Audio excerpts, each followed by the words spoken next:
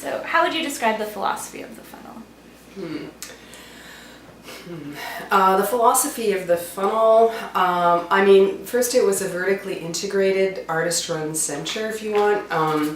The concept was, at least during the time when I was there, that we would provide an artist-run center that would cover all aspects of experimental film. So we had workshops and educational programs, and we ran a distribution entity that shipped films. We had a large stable of artists whose work was represented that way.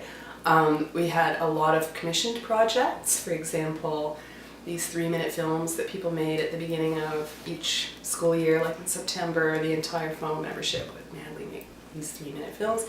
Everyone got a roll of film. It was a facility where people could work on, they could rent equipment or borrow equipment. Midi Onodera was equipment manager and ran a lot of workshops at the time that I was there, filmmaker.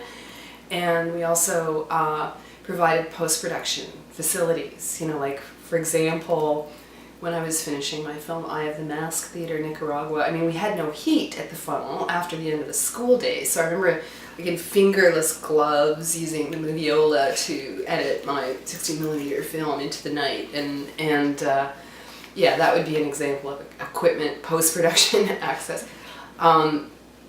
We also encouraged film culture by inviting a lot of senior experimental filmmakers and performance artists from all over the world.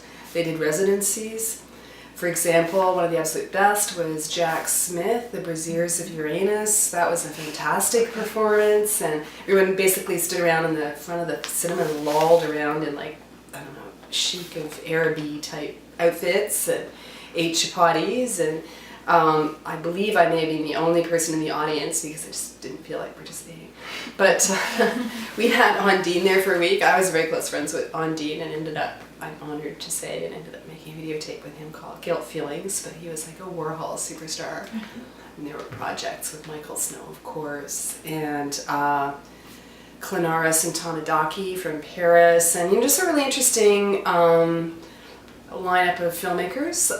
We were also a center for a gallery of fantastic artworks, like Rebecca Baird's incredible cacti made out of Rice Krispie treats. It's a life-size desert of Rice Krispie treats. And, a beautiful piece. And we did a lot of political advocacy there, especially around the issue of censorship.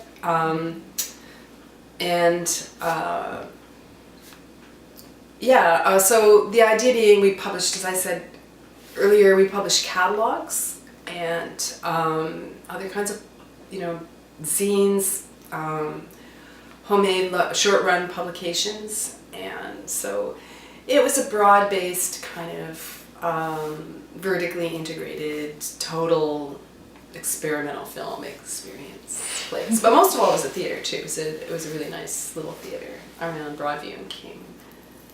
Yeah. Thanks.